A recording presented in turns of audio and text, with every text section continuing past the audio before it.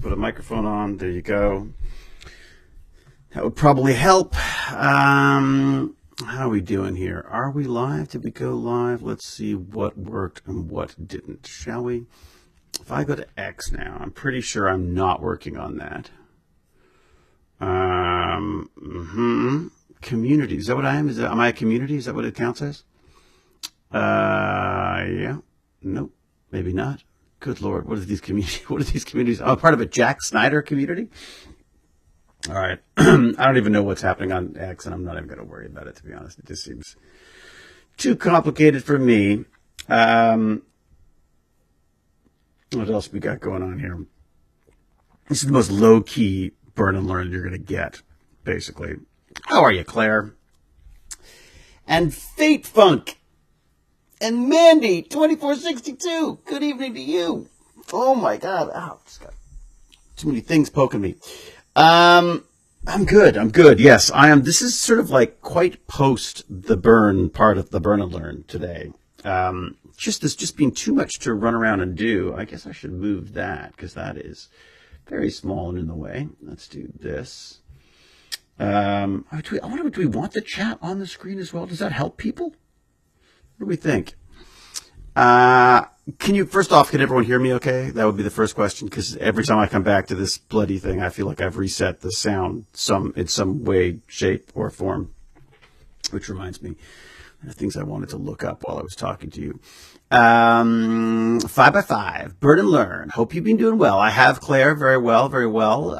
It's Heckin' Heather. It's a Heckin' Heather. Very good. Good to see you, Heather. Sounds fine. Little tinny, bit loud and clear, but loud and clear. Really, a bit tinny. That's not how it should be. It should be glorious. It should be glorious coming through this microphone. Let me just double check, make sure I'm using the right microphone. Otherwise, it's possible I could be making you all listen through my... is that right? There you go. That should be good. Does that make any difference to anyone? Yeah, a smidge tiny metal David. Really? It did not make a difference. Okay. Let's see what it says here. Hypercast S, and that is that there. I can turn this down a little bit, maybe. Does that help?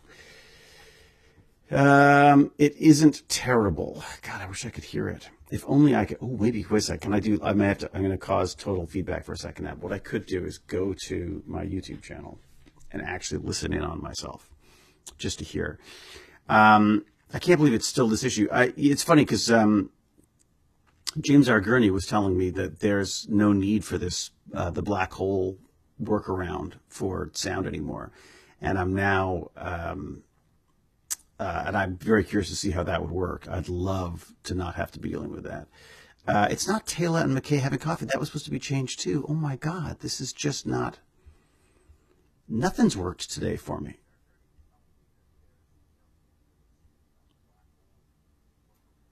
Oh, there's a bit of a, yeah, it's a bit of a kind of a, it's not Taylor McKay have coffee. Let's just edit that right away. It's not that. What did I call it? I called this something completely different. I don't know why I didn't change it. Because on my, it should be, wait a sec, on my Twitch stream, it should be right. What does it say on my Twitch stream? What is it called on my Twitch stream? That would be my question. Because for some reason the YouTube one hasn't gone through right. This is going to be a very, very laid back and tech heavy one, because I am quite worn out today, I've got to say. All right. What would I like to look at? I would like to look and see what's happening with the wretched Twitch.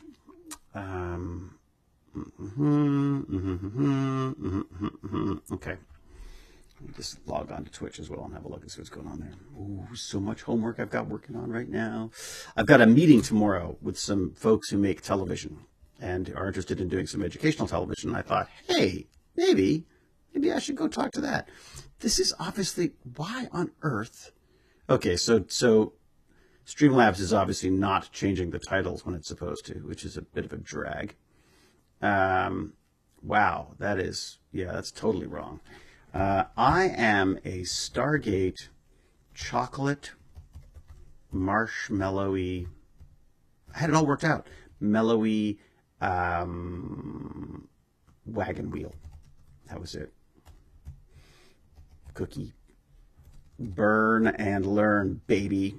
All right, let's see what we got here. Burn and learn. I'm glad you could all be here while I once again learn how to use the internet. Stargate's David Hewlett once again proves that he's just a genius on TV. There we go. Here we go. I don't know what else to put in there. That's fine. Okay. So at least I'm titling it somewhat correctly now, I'm hoping. And then on my YouTube one, same thing. Let's do this. Let's go that. Here we go. I'm just going to do this. You feel free to talk amongst yourselves.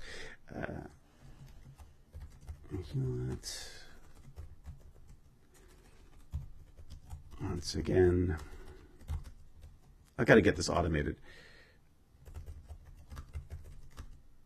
Just a genius on TV. There we go. All right.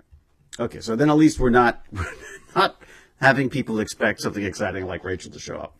This is just a boring old burn and learn. Welcome back, everybody. All right, I got my chat. There is a strange, there's a slightly tinny echo to the sound, which I don't quite understand why that is. But I'm not gonna mess with it now. I feel like I've got enough. Twitch does the same thing. Nice, cool. First time chat from Tifresa. How are ya, Tifresa? Tifresa, maybe? Yay, David Hewlett Science Show. Yeah, it's kind of exciting, Claire. I mean, well, we'll see. We'll see how it all works out. Because I'm at this point with things now that I'm dreading winter. I'm dreading winter because it's going to get very cold in here, and I'm not going to be able to work in here probably, unless I can figure out heating and insulation between now and then, which I'm hoping to do, but it turns out that both heating and insulation are quite expensive, so I've got to watch out for that. Oh, I see. That's my cable. Oh, that's my handy dandy. I don't know if you can see that. It's my handy dandy Ethernet cable that I have hanging from the roof. For some reason, I like hanging things from the roof. So I've got my cables. I've got power. I've got Ethernet. They're all hanging from the ceiling. So yeah, a little concerned about that. I have to figure out how to have it make sense to sort of kit this place up better for the winter. And also, it's one thing to get it warm enough for me to survive in. It's another thing altogether for it to be warm enough to be doing 3D printing, right? Unless I build some kind of enclosure for the 3D printers, I suppose. But certainly the open air printers, the Pruses that I have, are not going to work in minus whatever the hell it's going to be this winter. Maybe global warming will finally actually kick in and we won't have to worry about any kind of a winter. But I have a feeling that's probably not the case. So these are the things I worry about now. Burn and learn. So burn and learn. This is my bid to stay alive and fit long enough to raise my wonderful son, Sebastian, and to enjoy my retirement years with my fabulous and beautiful wife, Jane. And I hate exercise. I really freaking hate exercise. I'm going to give up on this chat in the image. I don't think that's really working for anybody. Is it? Let me know if you think you need the chat running down the screen. Then let me know. I hate it. I just hate exercise. I've tried everything. I've got an elliptical back there, which I was on and was originally what I was using for my burn and learns. I have now gone to the R2X2. I just like to name it like a droid. I think it's called the X2 or the R2. I can't remember what it is. It's a rowing machine, basically. Whew. Let me tell you, it is every single year of my life I feel when I get off that thing. I come staggering upstairs. I've got it hidden in the basement downstairs because my son also wants to use it, and for some reason no one wants to work out here with the rats. So I've been using that. I am closing in on a month of having used this rowing machine every single day, which is wild.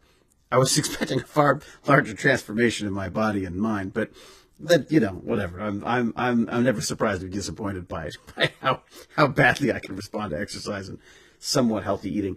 Maybe the eating could probably could use a little bit more help, but I've been using this rowing machine and it's pretty great.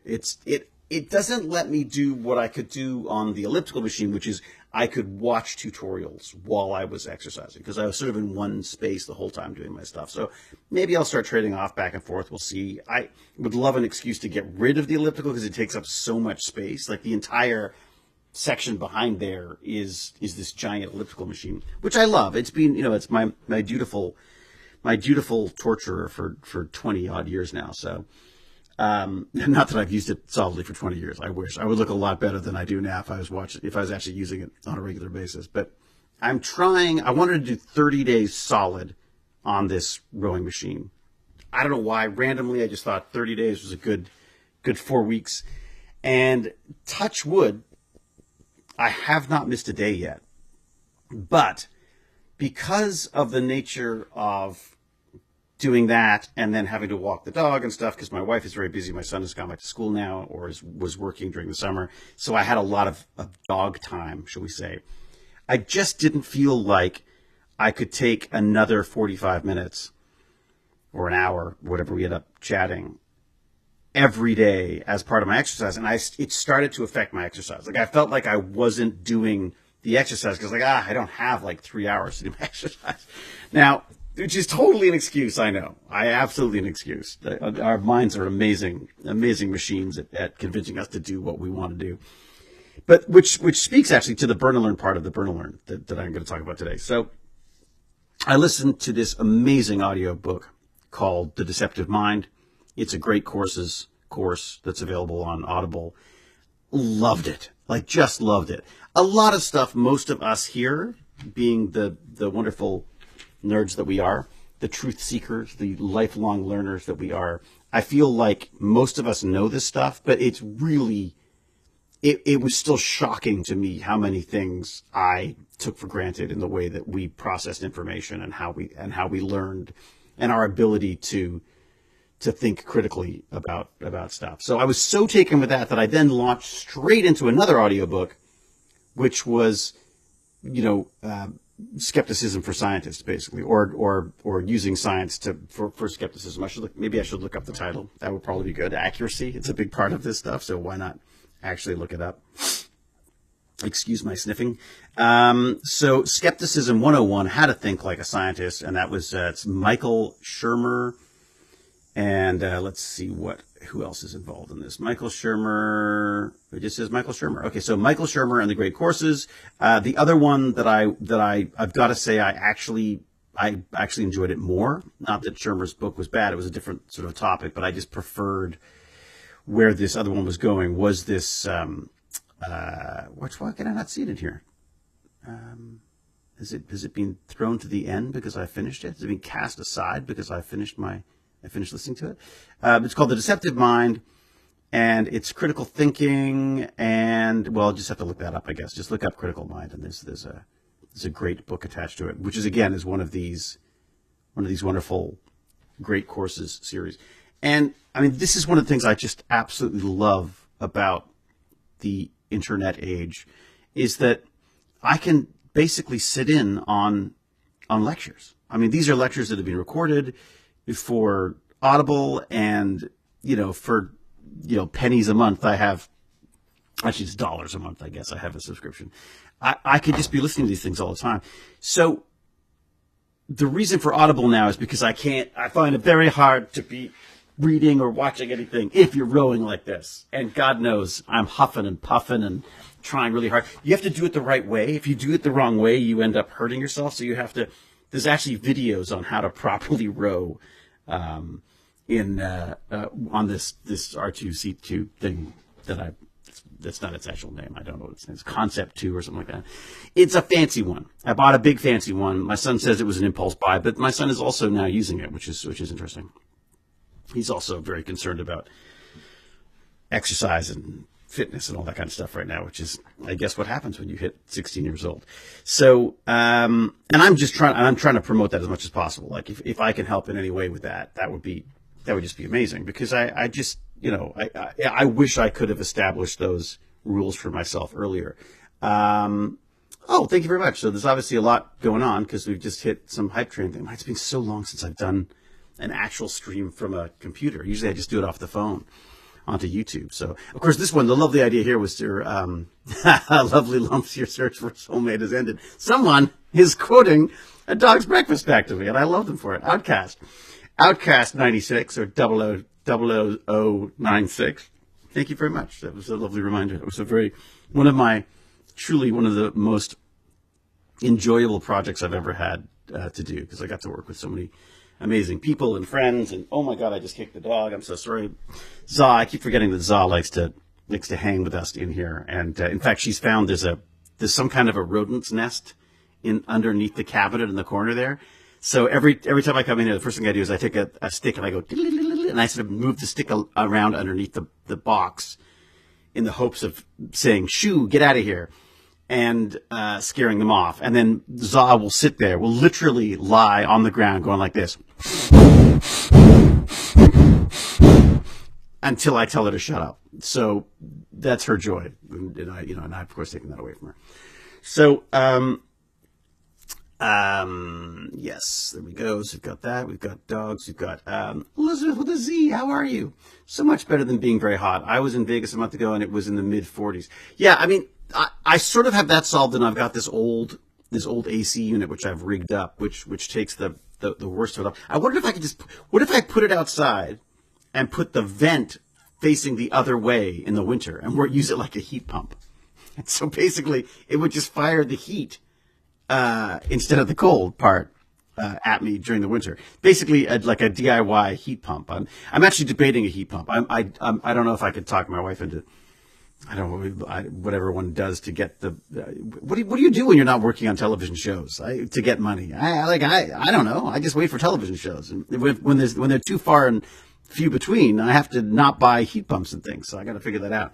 Maybe I'll just start streaming every day and become like a streamer. I think that this is one of the things I want to talk to this television company tomorrow, because they have done some YouTube stuff. They've done some YouTube stuff, which is all basically very young kid things that they've done, but it's obviously worked for them. And I like that it's very sort of low budget, and it's just sort of it's just something you can do. And I feel like that's what we're doing here to some extent. It's just sort of sharing an interest in science and technology and sweaty old men, I guess, for those of you who enjoy watching me do this for some reason. I never quite understood why people want to watch this, but they do.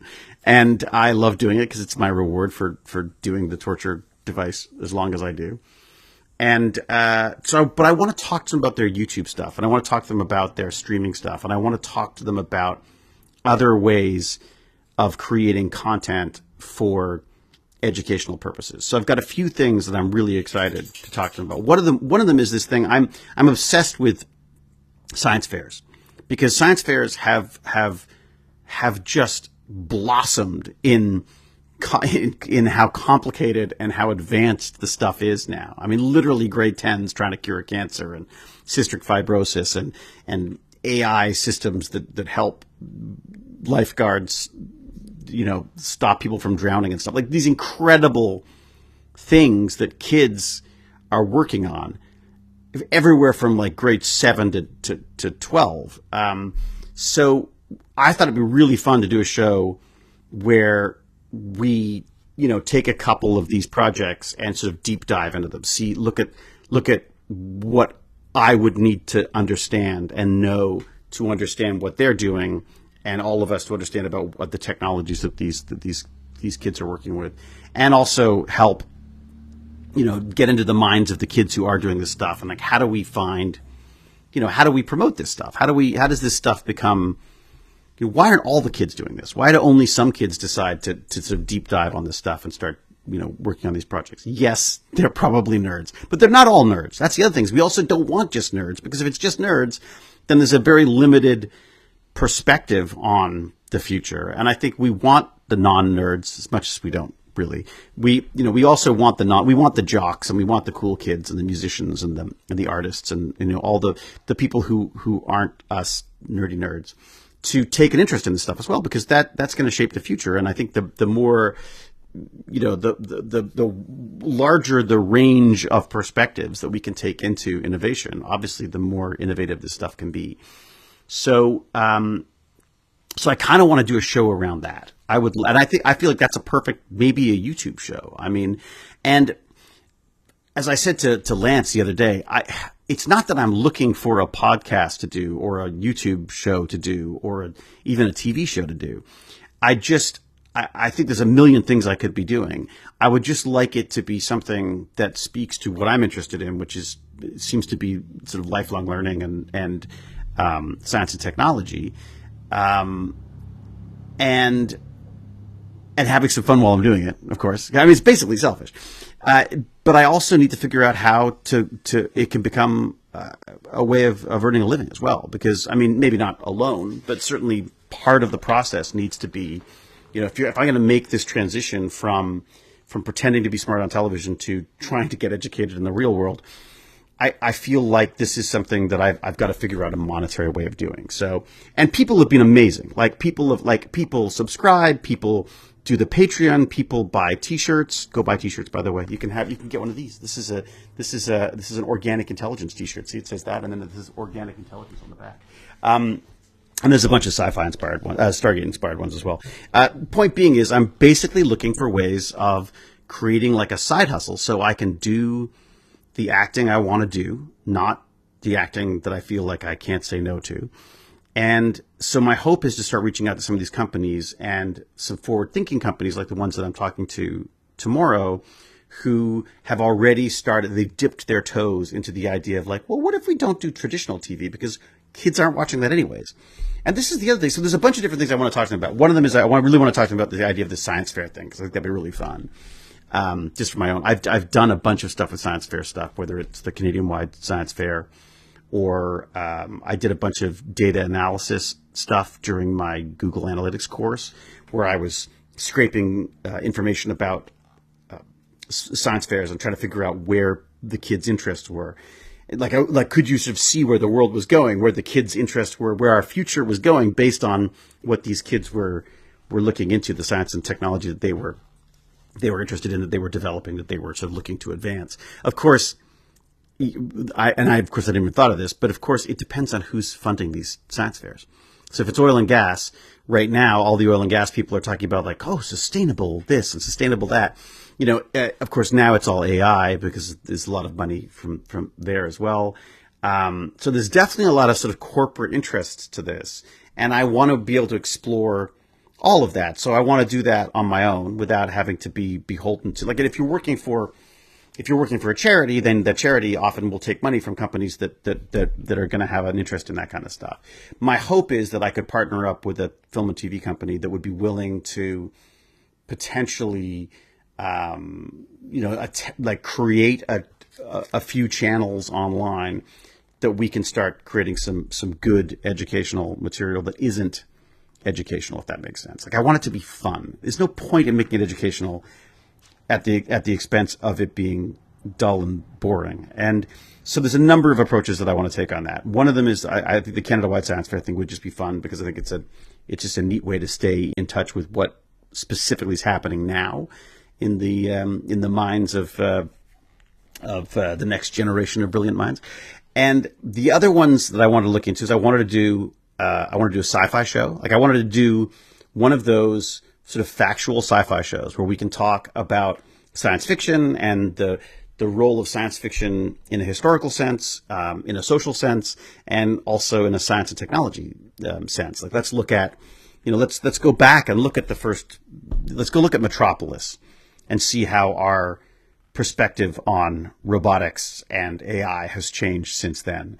That was one of the earliest films I remember was Metropolis. This amazing, the amazing sort of German architecture and design, austere sort of design that they had for that film, and the idea that this female was infused into a robot, and I don't remember the entire story, but again, so it would just be kind of fun to go through and just like make this stuff interesting, because I've seen it work with kids. I've seen the channels that take off in the past, and they don't necessarily have to be hosted by me. I'm not saying I want to be a YouTuber, but I do want to be contributing to the good stuff on there. And it doesn't have to just be YouTube. It could be Twitch. It could be whatever we decide. I don't know what the best approach is right now. It's kind of a, I'm gonna puke it out everywhere and see what people respond to.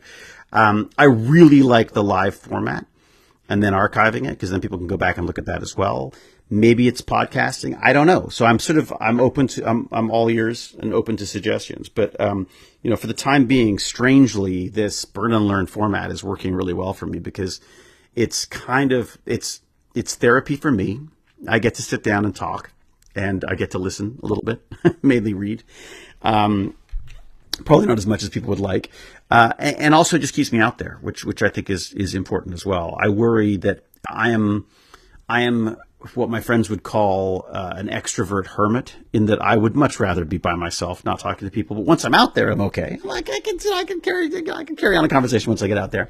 This is the worst time of year for me, because it's the Toronto International Film Festival, and I hate it. It's like I like the idea that, if you want to deal with Hollywood, you go to Hollywood. Like if you want to, you make the pilgrimage down to LA when you have to, or whatever.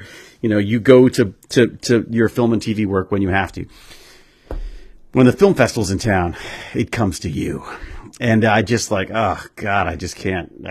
I'm sure it's all just jealousy and sour grapes and everything, but it's always been a real weird time for me, where I'm just like, oh God, even if you've got a film in the festival, it's never the biggest film, or it's never the brightest film, unless you're in Cube. And even then that was even then that wasn't as exciting as you would think it was. It was exciting to have the film in the festival, but it never got the kind of attention that we'd hoped at the Toronto Film Festival until it went international, until France got a hold of it, until Japan got a hold of it.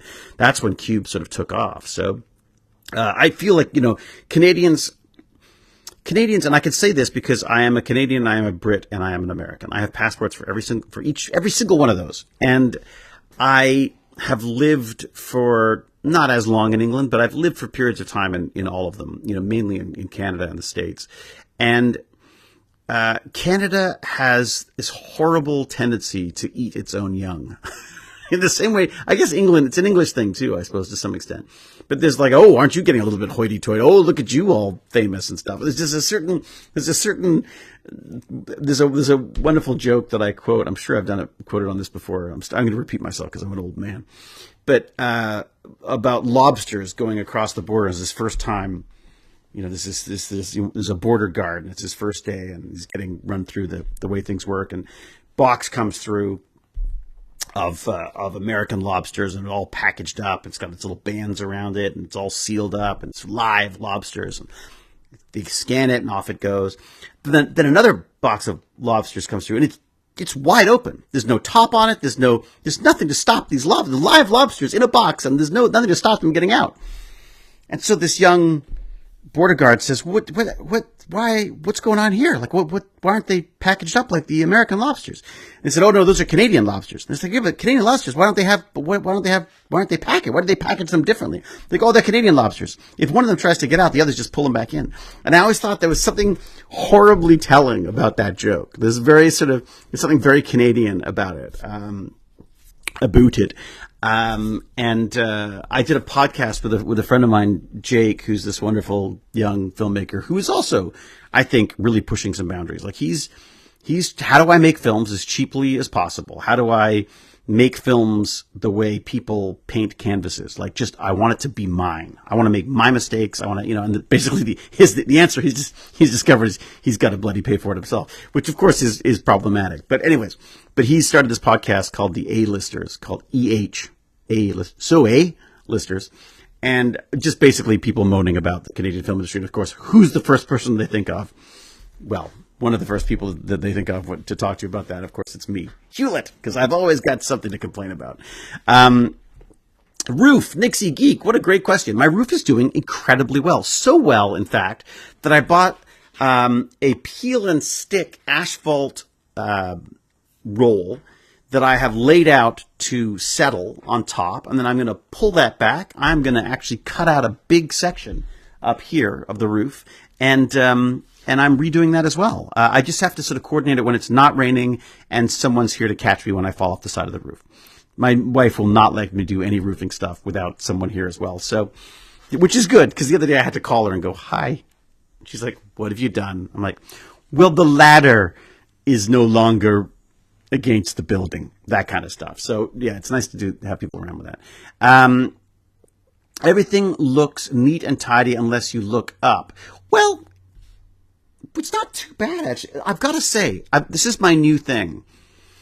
My son was joking because I built a box, and a very ugly box, and I just put everything that I don't know what to do with it in the box. And he keeps quoting, everything in its place and a place for everything, Dad. That's the way it goes. It's not a place with everything. Like, I've just got one box that I dump everything in, and at some point in my life, I will go through and organize it. All I do is just make bigger and bigger boxes, as it turns out. But I've started trying to take it a little bit more seriously about knowing where things are, because I realize how much my life is affected by my ridiculous ADHD. I start to do one thing, I come in to find a pen and I end up, recocking the roof. I mean, like, I am so easily distracted, and it slows me down so much not being able to find the tools I need. So I've gone and I've been building some drawers and trying to figure out some systems. I used to think, what's the point of setting it up? Because I'll just change my mind. Now I'm like, okay, no, you know what? I'm going to try to configure this space in a way that I can use it. And those changes are iterations. So I'm just going to keep changing stuff until things land in a place that works. And right now, what's actually been working is I've got a series of drawers where all the main, grown-up tools are. Then I've got a bunch of drawers here that just have all of my electronics and soldering, Dremel stuff there, and a sad reminder that my table saw is no more. Someone mentioned this earlier when I was doing some replacement parts for this wonderful Bosch table saw that I had. God, it's like one of my favorite toys. It's just absolutely beautiful. One day what I'm going to do is when I grow up, I will save up and I will buy, I think, probably a track saw instead. I think that would make more sense for me in the future. But this table saw has seen me through for many, many years. As it turns out, almost, 20 years, about 20 years. So it's not surprising that when I went to test it, like I was recommended by someone on here, actually, a number of people were recommending that I test the, I can't remember what it's called now, the stator, whatever the wonderful looking. Why don't I just get it? I'll just get it. I'll pick it up. Oh God, I'm plugged into like 10 different headphones. What am I doing? No wonder I'm confused. I'll back in a sec.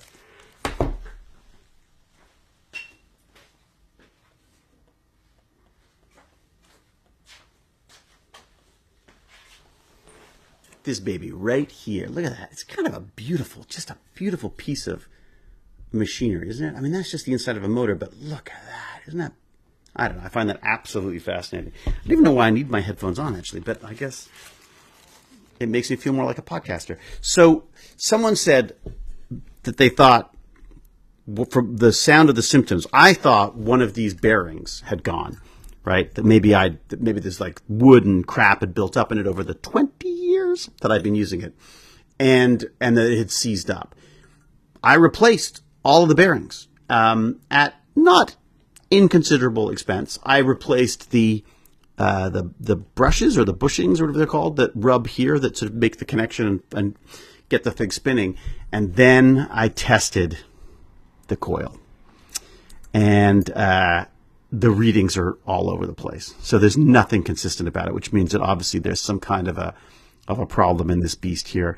I could buy a new one of these, but my fear is that just in that I've had to replace everything at this point, I just don't know that it's spending another few $100 to get the core of this saw sorted out is worth it. So I think I may just have to retire it. I don't think I'm going to throw this out, though, because it's so pretty. I even built a little stand for it. I built a little stand that I could put it in, and then the point was I was testing it with with my what's it called, the whatever it is, testing the circuit tester, and you basically just connect it on either side and just keep rotating around. I thought, I was trying to do it by hand and holding it up, but it was just, it was useless. So I'm pretty sure I'm going to double check it just before I start dragging things to the curve to throw out or for parts. Yeah, I'll double check it, but it looks to me like I think that something is crossed over there, and I'm not gonna try rewiring it. That just seems like a lovely hobby for someone, but not for me. I don't have the patience for it. So maybe it'll just sit there on the stand looking pretty for a while. What do you got? I have to wait for winter to start 3D printing the chocolate again. It's too hot in the summer. Really? Oh, wow. I have not done any 3D printing of chocolate. I have done 3D printing of pancakes, which is a lot of fun. Speaking of which, community center. So I'm back in with what are they called? They're called the Youth Council. I like the sound of it. Although I keep thinking of Lord of the Flies.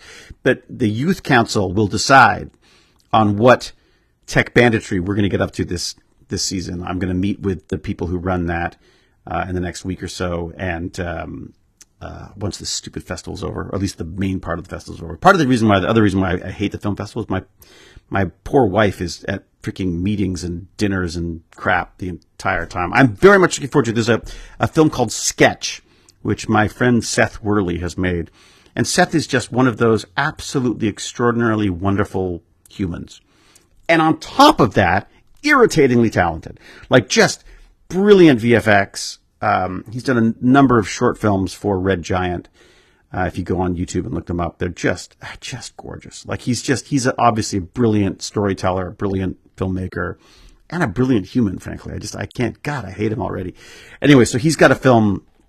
I think this might be his first feature film. I think it might be. And it's showing at TIFF. It's the only film that my wife can drag me to. And it's not even dragging. I'm the one who I instigated going to see this film because I was like, I have to go and see this. I really want to support him on this. And, so we've got tickets, and my friend Aaron's going to come up as well. And there's a bunch of us who've been sort of Seth fans for a while. Of course, Aaron's been a Seth fan from the beginning, but, I'm late to the party, but, so really looking forward to seeing that. There's a couple of other films that I'm excited about, but I just don't want to see them in that festival circuit. I've got to say, there's a wonderful camaraderie and feeling of inclusion and a sense of belonging that I get from film festivals, not TIFF. It's the weirdest thing. I don't know what it is, but TIFF has a weird snobbery to it that I just don't, we'll see. Like I'll go this year and we'll see. Maybe it's a little better this year, but I've just felt like compared to Fantasia, compared to the Calgary Underground Film Festival, compared to just a number of other, Cinequest. I mean, there's just so many great, fun festivals where they're celebrating film. And I just feel like TIFF is like this weird kind of like, it's like trying to be all Hollywood and stuff. And I don't know, maybe it's just me. We'll see. Does it all flash before your eyes as you stand up afterwards? What's that? Double audio. Oh, is it double audio?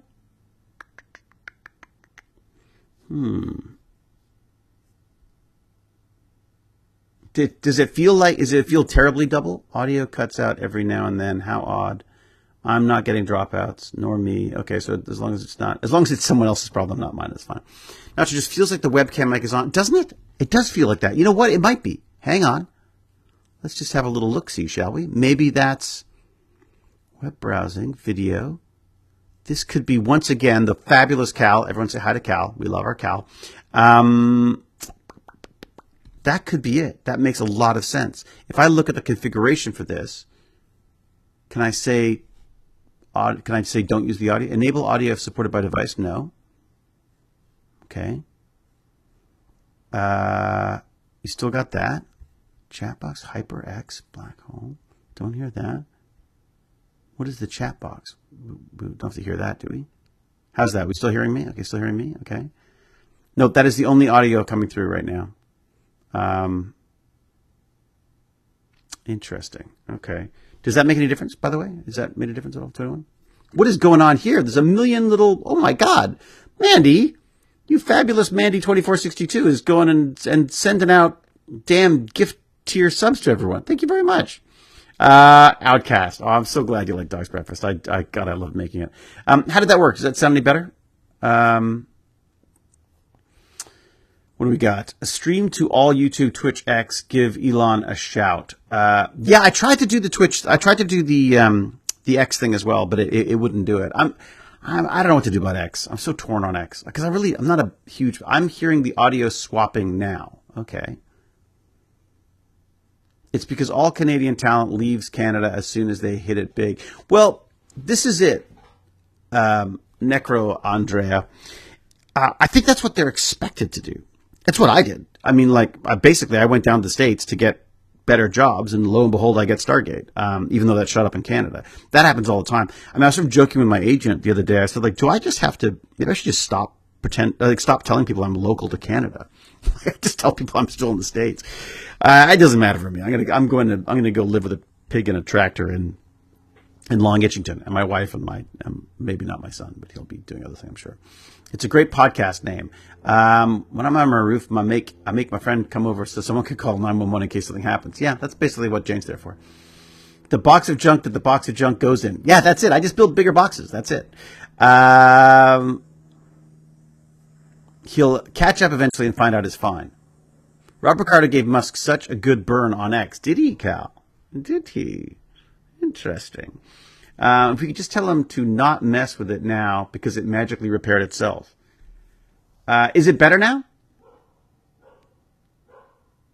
That changed something sounds perfect. Well, that changed something still sounds good. Okay, well, good. Now what? Is that Za being Za? Za's new favorite pastime is sitting at the gate near the alley and trying to scare the crap out of people as they come by with their dogs. Basically, that's what she does now. Oh my God, Hightower on PC, thank you so much. Good Lord, I don't know who you are, but everyone is going to be thanking you tons because you've just gifted 1 million subs. Holy cow, thank you. I forgot what it's like on. I haven't done Twitch for so long because I've just been on YouTube. I think this is streaming to YouTube as well. But I don't think I'm seeing YouTube chat. Do I need to hop onto that as well? So I apologize to everyone on YouTube if I haven't been getting your chat as well, because I've been somewhat remiss in keeping track of all this stuff. Let's see what's live right now. There we go. I guess I should do that. I'd like to see that. Well, I can hear it a bit too now if I want to, right? That would be good too. I should stop playing because this is what happens. As soon as I start playing with the sound, we're screwed. Forget it. As soon as I start listening to it, we'll be done. So I'm just going to go with the chat that I see here. Like I say, I'd like to see. How can I see the YouTube one as well? There's a way to do that, isn't there? Yeah, you want to talk about. You can talk about this science fair stuff. You've got to it is remarkable what the kids are up to right now. I'm going to view my channel. I'm going to see that I'm live. I'm going to open that. Oh, that does sound better. Okay, I think that does sound better. Huh? Just open your stream. Open your YouTube stream. There you go. What do we got? Open it. Hello, Craig Mode. How are you, Craig Mode? Yes, hop on the YouTube chat. There's tons of stuff I've missed. Gippy G, he ain't even reading his chat. No, I haven't even got to that chat. I hadn't opened that one. I've been looking at the Twitch chat. Let's pop out that chat. How about that? Now I can see what's going on. Uncle Mark feels so ignored. Well, don't, because you have been. What do we got? I have to do two-factor for Twitch, so gotta get help, and I'm too stubborn for that. Yeah, GPG, don't go to any trouble. Please don't go to any trouble. Not for us. Certainly not for me. Good to see you too, Craig. What else we got going on here? Snobby. Off on YouTube, being snobby. Indeed, Drizzle. I don't even want to know. That's a name. Welcome. Autodidactic polymaths assembled, indeed, I guess, whatever that means. A math student has built a fusion reactor at home with the help of AI, Claude, and $2,000. Wow. Yeah, I'm curious to see, you can build a fusion reactor. Whether it actually works or not is another thing. And also, as my critical thinking has taught me, I would have to now look into that to see just how valid that claim is. Oh, freshly shaved on stream. Oh my God, I did. That's right. 10 years younger. Best wishes here from Hanover in the very hot Germany. I hope autumn comes soon. All the best to you, Pyro Freak 73. How is Germany doing? Because I hear VW is talking about like shutting down some plants there. I heard that and I was like, holy crap. There is no echo. It's possible maybe I was playing another stream in the background with it. I don't know, whatever it is. Yeah, YouTube works fine because YouTube, of course, is just too easy. Carbon brushes. It's shorted out. I can even see the short from here, says Johnny Wednesday. Where do you see the short? How do you see the short from there? I mean, I think it would be would it not be a visible short? Oh. What's that? What's that? Well, that's possible. Yeah, I mean, it looks pretty beaten up. The question is this, Johnny Wednesday.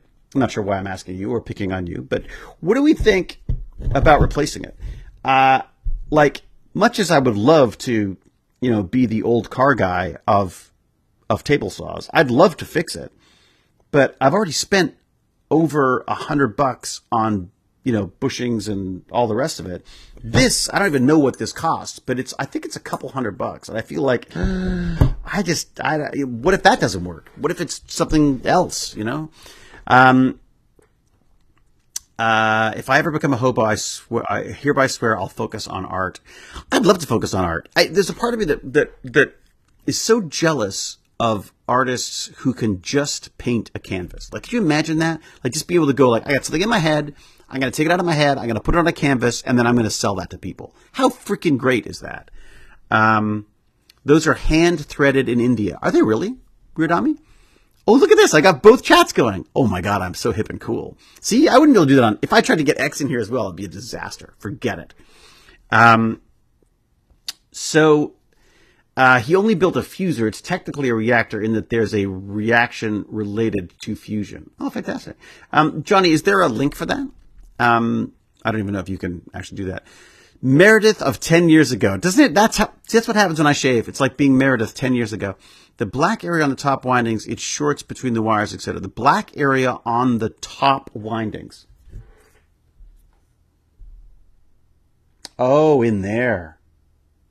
Oh, God, yeah. That makes sense. There's crap in between all of them. Is that what you're talking about? Could I clean that? Or is that just not... You couldn't just clean out that section, huh? It's pretty scratched up, too, actually. Yeah, I think it may be at the end of its useful life. I'm very good, Shake and Milk. How are you doing? Shake and Milk's back. Who else is here? What do you mean? At the moment, we just have a lot of problems with a lot of knife attacks. Good Lord, where are you? In Germany? And there are currently problems with a high number of refugees. Well, the usual political theater. Yeah, I mean, unfortunately, it's like immigrants are always the easiest people to blame, aren't they? I mean, it always reminds me of like 1984. It's like we can always blame someone else from somewhere else, and we can also, and then if we have to make any cuts, it's made to education and health. Like those are the only two things you can that there's any room for them to cut. It looked like it had a short there, but I didn't see it that clearly. It looked like it had a short. It had shorted there. I'd be amazed if you could see it on this crappy thing, but here you go. Have a look. I'm rotating it slowly. Actually, why don't I use my little rotation thing? Here you go. Look at that. There we go. Let me just check the camera, make sure that it's not totally wildly out of there. That's not bad. It's not badly focused. All right. So if I rotate this now, am I supposed to be seeing? Are you talking about this part? Right? This is the part you're talking about that I'm showing you, the top part here. Is it supposed to be copper between there? Are we supposed to see between there? There's definitely sort of things blocking the gaps in between there in places. I don't know I'm not sure if I'll get through the whole thing, but that doesn't look too healthy, that part there. But again, the test, I went online on the fabulous YouTube and I looked at that, and there are a bunch of tests you can do. The first one I did gave me these crazy wild readings. And I thought, okay, we're in trouble. Hello, come back to me. Come back to me, camera focus. Come on. There you go. All right. Not even kidding. David's headphones look so much like they're made of carbon Kevlar. They're kind of cool looking, aren't they? I get Baz's knockoff headphones, basically. So once Baz has finished with the headphones, I get them. I've got the opposite situation where he's gone back to school. He's taking like I don't know what he's taking now because he's just changed his courses again. He got into school. He got his first day of physics stuff, and it's a stack like this big. And the teacher basically scared the shit out of him, and he's basically said, "I'm out. I'm not doing physics. I'll do something else." But I think he's going to do biology. He's so scared of doing physics, understandably, that he's going to take biology grade 11 as what he's talking about, doing biology in grade 11 night school so that he can do biology next semester instead. I am doing my best to be supportive and not tell him what to do because I feel like he's got to do what he wants to do. At his age, I was literally out of the house. Well, not quite. But I was 17. I was 17 when I was out of the house, and I was on my own. My own responsibility was looking after me at 17.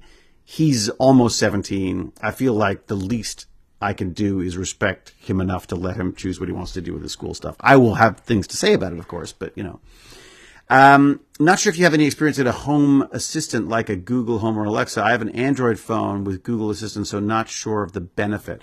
I hate them.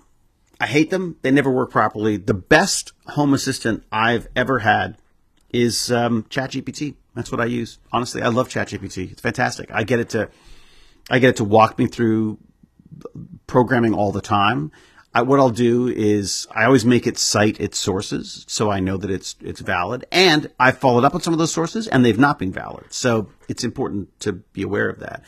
But there's a part of me that goes like, people are like, well, it hallucinates. I was like, so do humans. In fact, humans are worse. Humans just freaking lie. So I feel like, and deceive and try to get you to click things so that you download the wrong thing. I mean, there's just so many issues there. I feel like the ChatGPT has been amazing. I've been learning Python. I've been learning R for doing analytics. I have it organize my chaos of a brain into a point by point list of things to do that keeps me on track. That is the best assistant that I've got. I use it. I have it on my phone as well, though I don't use that a lot. I don't know why I'm strangely self-conscious about talking to my phone in public. Some people do. I've got friends who just that's the only way they interact with their phone. I just don't. I like to type in my questions, not go, hey, tell me about the whatever. So maybe that'll change over time. But that's the best assistant I've had. I find I've got one of the Echo boxes up here. I won't mention the name because it'll start beeping at me. It's useless. It never gets anything right. It keeps disconnecting. It's never been of any use other than to usually play the wrong thing from my Spotify list. I'm set up here now. I put it on my old stereo. I set it up with way too many speakers, but it's really fun. I've got it rigged up to literally hardwired into an old iPad, which is about to become my full-time iPad because the whole point of me talking about my son at school was that I am giving him my beautiful M1 iPad that I've had for a little while and I absolutely love. And it has Procreate and it has a pencil on it and stuff like that. But he's going to use it for school. And that seems like a better use than me doodling. So I've gone back to doodling in my little book with a real pencil, and I'll scan them if I want to do anything with them. So anyways, I mean more like, is there a benefit to having a dedicated home assistant like a speaker or something? No, honestly, no. I wouldn't, James. I would stick with something you can run on your phone. You can try different versions of. I would tell you to play with ChatGPT. I pay for ChatGPT. The Amazon Home things, we've had no luck with. The Google Home, same issue. My wife, I have to separate them every so often because they yell at each other because it just, for some reason, it doesn't listen to Jane. We have some smart lights that aren't that smart attached to it that are, we've got it down to some basic automation, very, very basic automation. I'm also getting more and more concerned about the privacy and the big data side of this stuff. Like, I got all these Wise cameras, one of which I just pulled apart into lots of little pieces in the hopes of I want to use it as just a standalone USB camera. They've had so many issues with privacy. Same thing with Ring. I I'm kind of worried about the fact that these companies aren't doing their job. Like all the big hacks that have threatened our social security numbers and our credit ratings and all these kind of things, they're not hacks of people getting hacked at home. They're big companies that should be protecting the stuff better than they are. It really pisses me off. It's like, oh, let's make sure you batten down the hatches and you buy all this security software and stuff for your home. And the reality is, then, Microsoft gets hacked. Then all of the big credit protection, or the credit companies, what are they called? That are basically just gathering data, whether we want it or not, on us. And then they lose that data to whoever it is who's stolen it. No, it really pisses me off. So yeah, part of it for me is I'm a big fan of open source. I would love to find an open source version of, the Echoes or the Googles or whatever the Siris or whatever they are. That would be fun. Maybe one that you could keep your data on device as opposed to sending it out over the internet. Or maybe it could encrypt it before it's, I'm not sure how this stuff's going to work, but, I just feel like we've been burned over and over and over again with these companies who have not looked after the data and the privacy stuff that we've requested. Word is now that, like Firefox, or Chrome, when you go to incognito mode, it's not incognito mode. It just means that they just track you in a different way. I mean, there's a lot of stuff. Build a firewall. Yeah. The cybersecurity stuff I'm absolutely fascinated by. So is my son. And it's something that I am looking into more and more. My friend James, I spoke to him on a chat recently, live with all of you actually. And it's amazing. There's a part of me that thinks that maybe there's something there for me to play with, but I just keep coming back to this.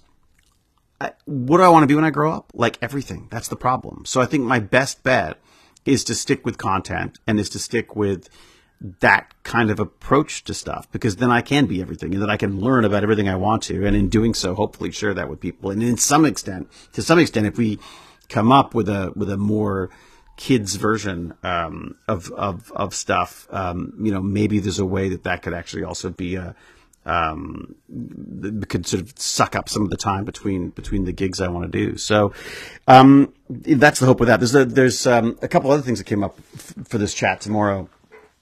I want to do the horror show. I want to do a sci-fi show, both of which would be taking genres that people love and just teasing a little bit of learning and sort of lifelong curiosity stuff out of them as well. There's a couple of traditional shows that I have, which are kind of fun, about online security, and cyber citizenry, really, for kids type thing.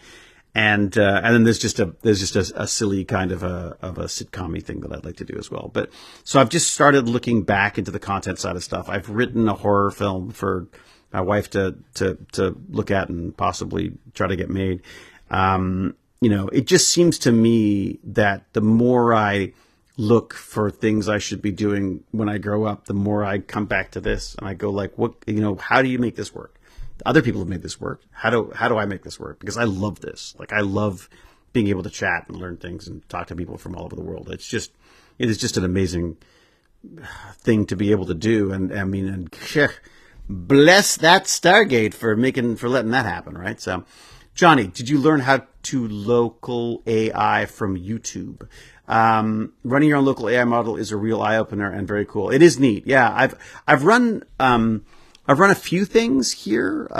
It was sort of early on. I ran some image generation stuff, and none of my computers are really up for the task.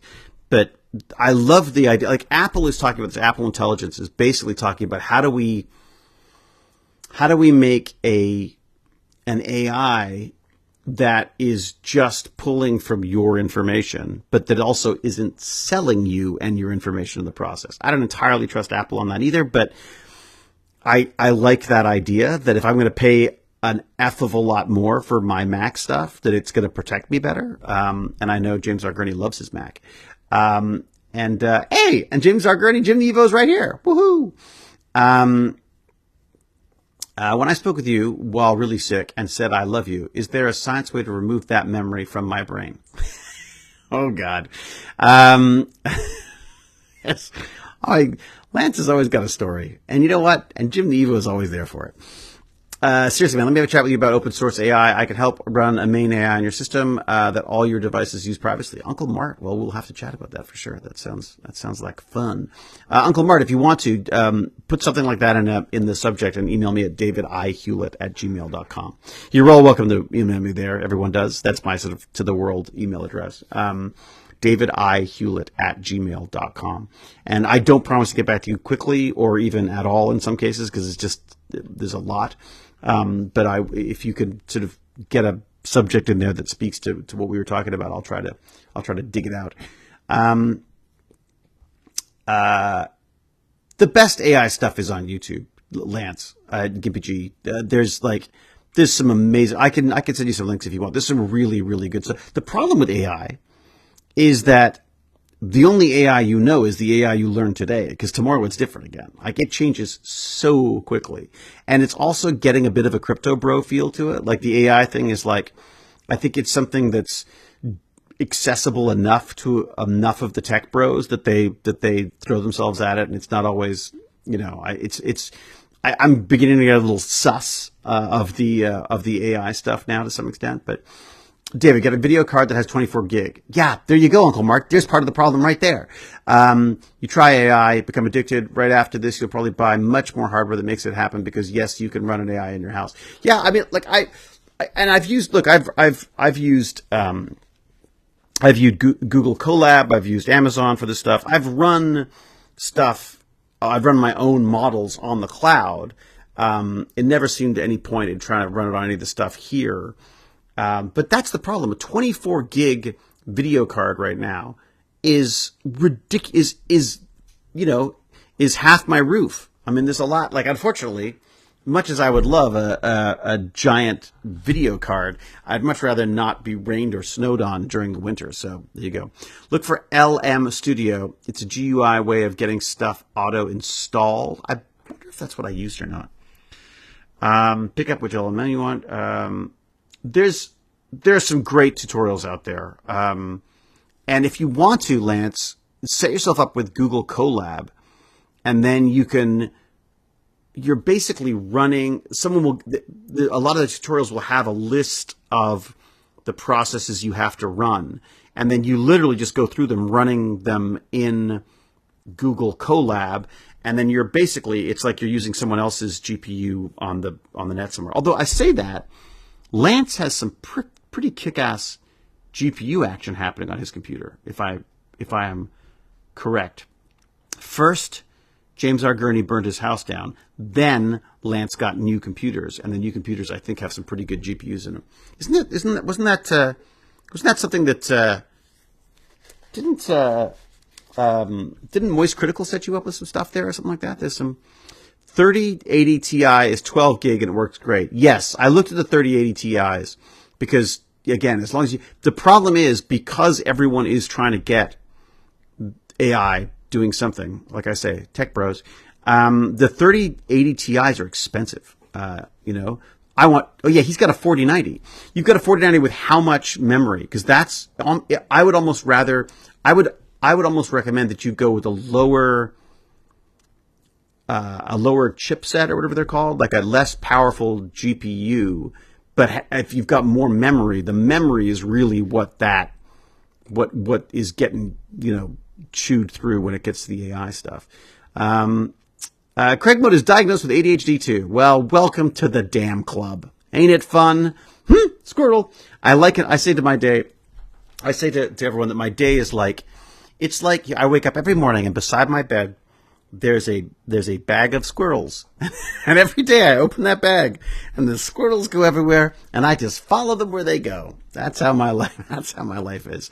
All right. With that, you can run the biggest and best LLMs that currently exist. Yeah, as long as it's got a ton of memory. Again, that's the 5090 power requirement release. They're going to need 600 watts for a 10% increase in performance. Holy wow. Kai-Ning, that's insane, isn't it? Wow. Has he at all discussed Jason Momoa wearing a pink top in the Minecraft movie trailer? That was something. I have not. I've not seen the Minecraft movie trailer, to be fair. I'm not sure what I feel about the Minecraft movie trailer. I love anything that Jason's in because I love Jason. But Minecraft movies, I worry about Hollywood and gaming. I find they don't always meet as well as they do in things like Last of Us and stuff like that. So, 4060 Ti 16 gigabyte is sweet spot cost to power. That's interesting. Okay, so the 4060 has I didn't realize they had a 16 gig. That might be worth looking at. Well, let's look at that. Let's see how much those are now. Let's look right now. Let's do it right now. Let's look and see what they've got. Okay.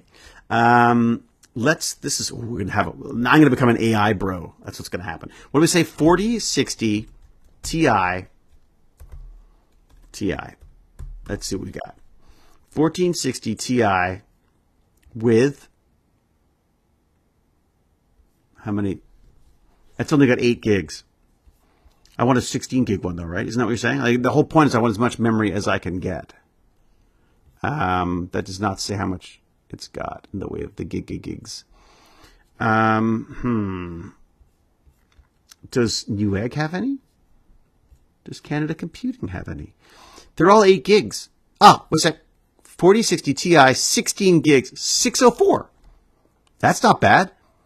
That's not too much of a roof. M-O. What did I do wrong? No. I see it, Canada Computers, $6.99 Canadian. That's not bad at all, Nephron. It's not bad at all. Whoops. Yeah, what did happen there? I'd be curious to know what happened. Things are falling down everywhere. This is one of the mysteries about living in the garage, is that sometimes I have internet issues. I actually, one of the things I want to do when my son gets back is to run my wife will love me for this, another Ethernet cable from the router directly to here, because I want to have a wired mesh, basically. So I've got these Orbi routers, and I will connect them. I'll wire them to each other so that they have like a hardwired connection, which then sends out the Wi-Fi from there, which will help immensely. So it froze, but did it come back? Are we back? Let's see. Are we still going on YouTube? That's the next question. YouTube. Let's see. Here we go. Or did it just freeze because it just can't stand? It can't take it anymore. It can't handle it. It's still okay. Well, I'm still going on. I'm still going on YouTube. The question is, am I still going on Twitch? Yes, I'm back. ZPM is drained. Yeah, it's true. How long have I been going? Oh my God, over an hour. My God, see, this is what I mean. As therapeutic as this is for me, it's not often that I have over an hour just to kill chatting and having fun, and it's wonderful. Something that I keep meaning to say every time I do this, and now that I'm thinking of it, I'm going to say it right now, just because I know it's going to embarrass them so much. Cal, thank you very, very much. Cal is the hammer. Cal is very good at looking after me online, and I don't always have time, or my brain doesn't always come around to thanking you for helping me out always online. So I guess I'm going to say that now. Thank you. So anyone wants to say nice things to Cal, now would be the time to do it because yeah, she's fabulous, and I don't always say that, and I always feel bad after that I haven't said that.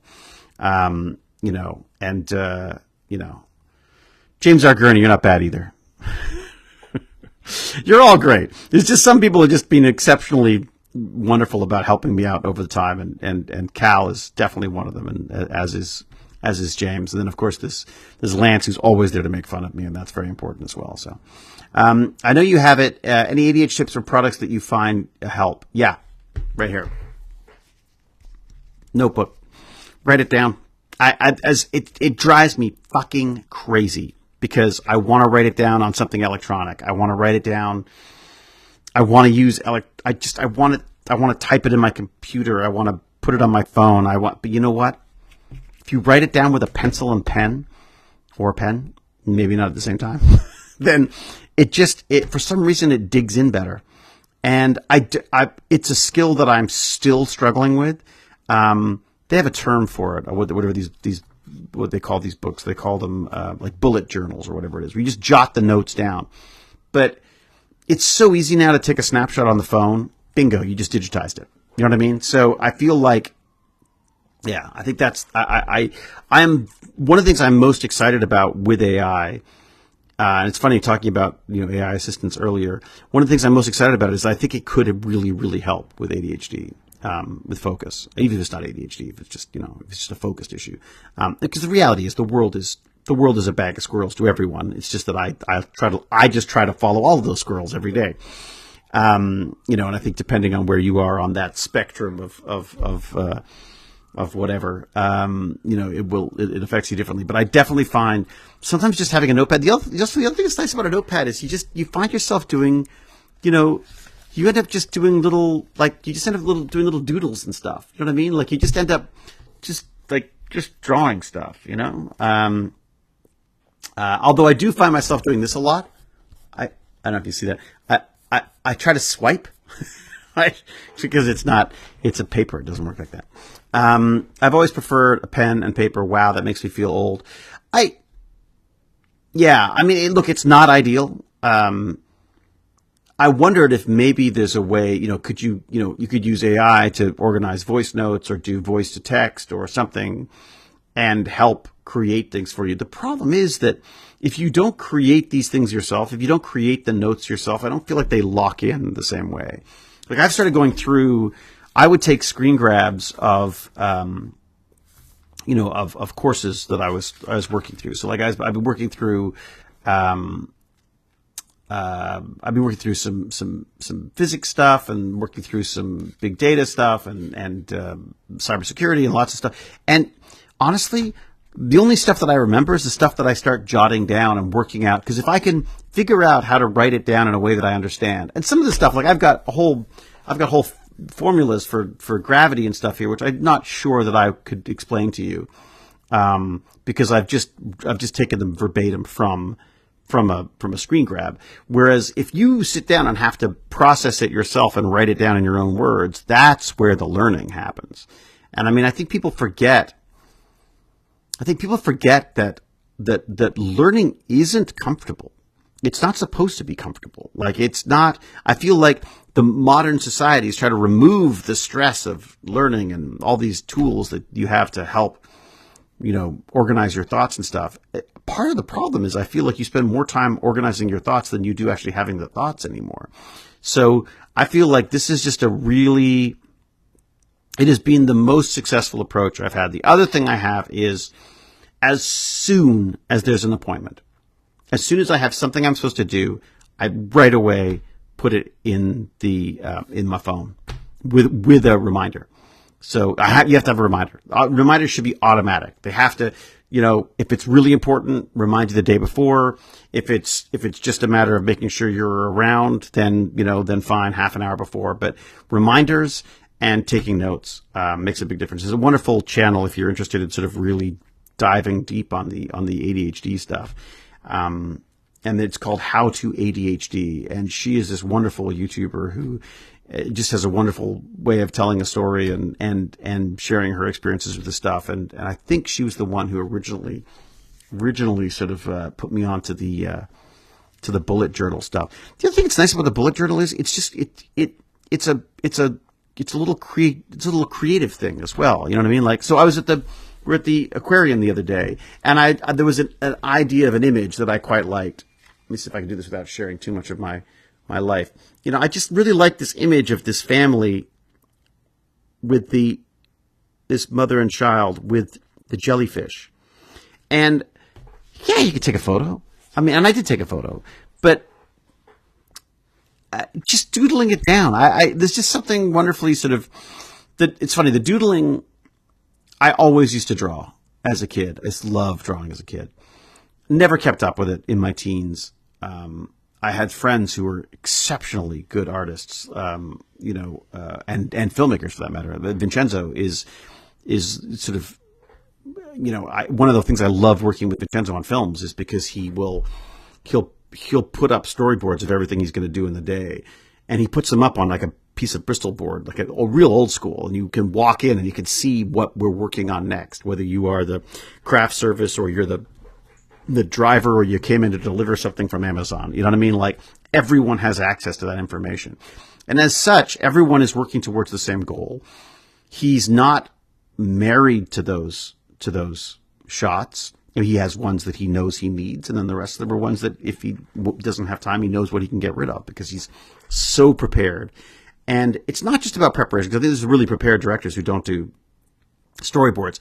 He just has this wonderful ability of being able to draw what's in his head, what he would like to see on camera, and it's a talent that I'm incredibly jealous of, and something that I would love to be able to do. And of course, the reality is, you can love it all you want. If you don't practice doing it, you don't get any better at it. I mean, the reason why I draw like a 4-year-old is because that's the last time I really spent any time drawing, right? So I got back into drawing because of Guillermo. I was on Guillermo del Toro's Shape of Water film, and there were a lot of rehearsals, like a week of rehearsals before we actually started shooting. And he'd have these little doodles of things that this was the idea for this, and this was the idea for that, and he would just draw them. And I started doodling on set, also because he doesn't like phones on set because they're distracting. And I think there's something, I don't want to get all sort of wavy gravy hippy dippy here, but if you're forced to be bored, it forces a creativity as well. I think the idea of being able to put a phone down for a while and sit there with a notebook is a very different experience than with a phone. Even a digital tablet, I think I would love to be drawing on a digital tablet. I think if I could get a smaller iPad that I could carry around with me, then I would prefer to doodle on that, because I feel like you can finish things better on that, obviously. But there's something really just wonderful, tactile about just paper and a notepad. It just makes a huge, huge difference. Let me see if I can pull back up the chat from our YouTube, which keeps popping out. I pop it out and it pops away. Absolutely. Skill development takes time, effort, not an insignificant quantity. Yeah, I mean, that's it. Drunken Bard. Absolutely. You have to put in the hours. You don't put in the hours, it's not going to, it's not going to work for you. Bring us sometimes to stream Dr. Zelenka. I'd love to, except he's on the other side of the earth, isn't he? He's on the other side of Canada. He's fun though. Chip was great, but I only totally watched it because you were in the cast. Well, that's very sweet of you, Johnny, but I think there was some pretty good talent in that. Never stop drawing. Never stop drawing. Never stop drawing, David. Don't do it. That doodle took 4 hours, and David would not allow bathroom breaks for the subjects. Exactly. That was exactly it. Trust me, that's why Lance is here, to make sure that there's always just a little jab. What do we got? Linux Proton. That's the Windows abstraction layer. What the heck are we talking about there? There's some fun stuff going on here. You can run Linux Steam on any distribution and get the same experience. It's just that the Steam OS is tailored for the experience. Kids need treadmills and exercise bikes under their desk. They need to be de-energized in order to learn. I wonder if that's... I don't know what the case is. I think the problem is, the biggest issue I think we have is that we're trying to teach all kids the same, right? I mean, is that we want like a system that works for kids. And as we know, there are as many different ways of learning as there are people in this chat, 5 or 6. No, there's just a myriad of different personalities and different ways of learning. So I feel like, again, one of my hopes with AI is that, if it gets used to help customize education for kids, that would be amazing. I mean, like if we could somehow make teachers' lives and jobs easier by allowing them to focus on specific issues that kids might have. I think there's so much potential with this stuff. In the same way that there was so much potential with television, there was so much potential with the internet. What do we get? We get the Kardashians, and we get, Fail Army, right? I mean, all of which, I'm guilty of as well. But I do worry that there is never a moment, once a kid has a once any of us have a cell phone, I should just blame kids. Once you have a cell phone, you are never bored. And I think there's something to that. That gap sometimes is needed to when the noise, to stop the noise, to stop trying to drink out of that fire hose. Like, we're trying to take little sips out of a giant fire hose of information. I feel like more and more I'm finding it important to step back from that and just muddle on without there being constant distractions. There was a chat. I actually turned it off because I got annoyed. But there was a bunch of people talking on one of the NPR channels about, the need for, when people are dating, for example. Like, it used to be you'd go to a restaurant and you would, or a coffee shop or whatever, and you'd meet people because you're like, oh, can I borrow a napkin? Can I have that? Excuse me, what are you reading? That kind of stuff, right? Well, now we got headphones, we got phones, there is no, none of those kind of interactions. Someone was joking about someone swiping through a dating app while at a party or a rave or whatever it was, and they're being checked out by people the whole time, but they're on their phone and they're missing all these potential connections and stuff. So I just thought it was kind of interesting. We could just triple the budget for educators and have more than one teacher per 30 students. Yeah, absolutely. Absolutely, drunken Bard. I mean, the reality is, and I think I said this earlier, where as soon as the government wants to threatens the oh my God, if we run out of money, then we won't be able to do education or healthcare. I mean, those are the two things that go right away. I worry. I don't know how legitimate this is, and this is purely just a feeling, nothing that I could back up with. He says after listening to 2 books on skepticism and critical thinking. I feel like it's not always in society's best interest to have an educated population. It is definitely in the society's best interest to have an educated population because, frankly, we can solve a lot of the problems we have if we were just educated about this stuff. If we were properly educated, especially in things like critical thinking. And I think that's going to become more and more difficult. But I think there's so much of an impetus to do that because, frankly, uneducated people and people who, and people who don't have those critical thinking skills are going to be easier to sway the way you want to. We are, and all of us are. I mean, this is one of the things that came up in this amazing Deceptive Mind book, part of my Burn&Learn. Is the fact that we are so easily duped, especially smart people. But but the less skills and knowledge you have, the more likely it is you're going to get duped. But there are really smart people who just, who have biases or beliefs or just misunderstandings or whatever, that they get lost in things that you go, what? Arthur Conan Doyle is one of the ones that stands out for me the best, where, that's the guy who wrote Sherlock Holmes, for fuck's sake. I mean, you can't get more analytical, critical thinking than Sherlock freaking Holmes. That guy believed in fairies, for God's sake. I mean, he literally believed a bunch of kids who faked cardboard cutout fairies and seances and all this stuff. And I guess maybe the bias there was this desperation to be in touch with people who he'd lost. And I mean, there were world wars involved. I can't even imagine the kind of pain of loss that you would have losing a son or a family member like that.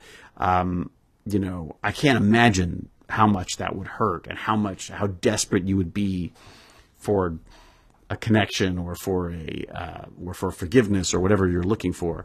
I could see why people would be drawn to this stuff. But Arthur freaking Conan Doyle, like he had Houdini come in and try to talk him out of it. There's a wonderful story about Houdini setting up this. I'm not sure if I'll get this right, but I will attempt to. The idea was Houdini comes to Arthur Conan Doyle's place and says, I'm going to show you, here's what I want you to do. I've got a blackboard. I've got a series of 5 cork sponges. I'd like you to choose one and cut it open just to see that there's nothing inside. He dips one of them in ink, in a white ink for the chalkboard, and then he sends Arthur Conan Doyle out and says, I want you to go out and think up something that I wouldn't be able to think of and write it down on a piece of paper and then come back. So he does that. He writes something incredibly, it was like some little passage from the Bible, which was basically like, I can't remember what it was. It was like, it translated to something like, no, I can't remember. I'm not going to try. But anyways, definitely not something you would guess. And then he sort of watched in awe as Houdini showed this cork sponge that had white ink on it move itself across a board and spell out what he'd written on a piece of paper. And of course, I don't think he actually ever told anyone how he did it.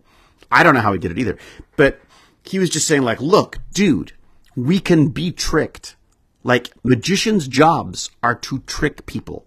They're very good at it. And there are some magicians that said they would rather do a magic trick for a group of skeptics or scientists than they would the general population, because they can be fooled even faster. So I don't know what that means exactly, but they were definitely saying that just because you are a scientist doesn't mean you are infallible. And so I would love to know how that was done. I'm sure there's somewhere that someone's figured out how to do it, but I might even look that up. But the idea is, like, you think the person who Houdini did that trick, he must have magic powers. Or you go, okay, let's break this down. So what could have happened?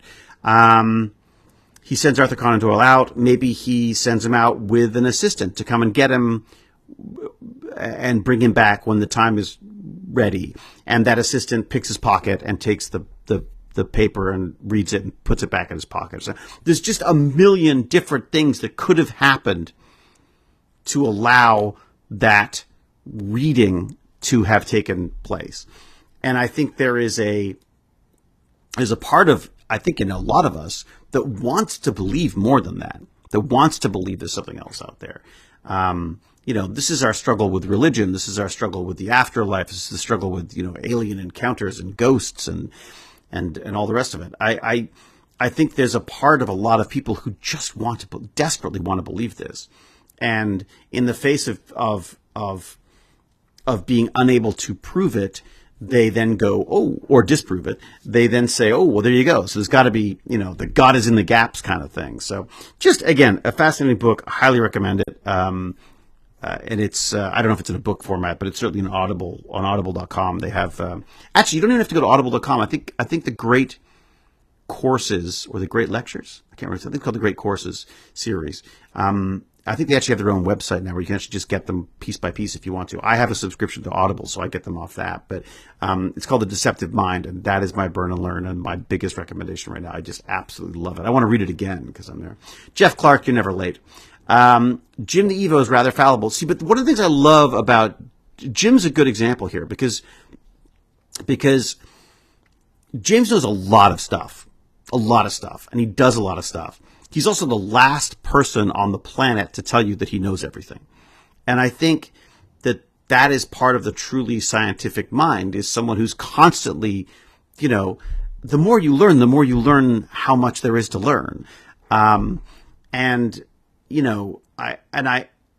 always sort of somewhat sort of, I always feel a little bit intimidated by the scientific community because they have this wonderful sense of holding back on their belief stuff as much as they can. Not always. There's definitely quacks as well, but this ability to sort of like to not jump in with. I tend to jump in with both feet, like, oh my God, that's amazing. I want it to be true, right? And James may want this stuff to be true as well.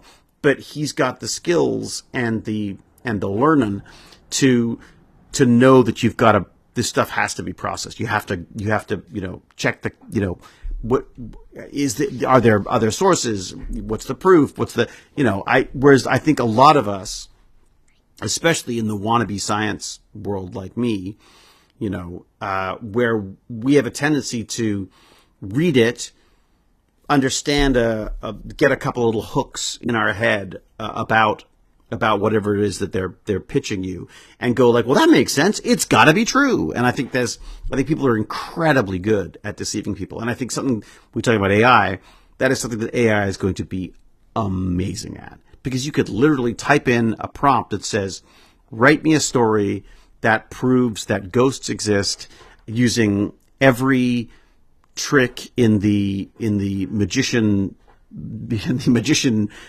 manual and every known bias and weakness in the human mind or whatever. Like, so basically it's going to be amazing at scams. And I think we're going to, obviously, it's going to be another part of the cybersecurity stuff as well. It's just how much of an impact that's going to have. All right. Teaching the kids that you have to check is so hard. It's good that they're so excited about learning a new thing, but it's not always a true thing. And I think it's less and less a true thing, Elizabeth with a Z. That's what my concern is. Like, I think that the internet has turned turned us all into Cliff Clavern from Cheers. Well, there's a funny fact is that, we just regurgitate the stuff that we get given. And I fall for this all the time, so I'm by no means casting any stones here. I am absolutely guilty of this.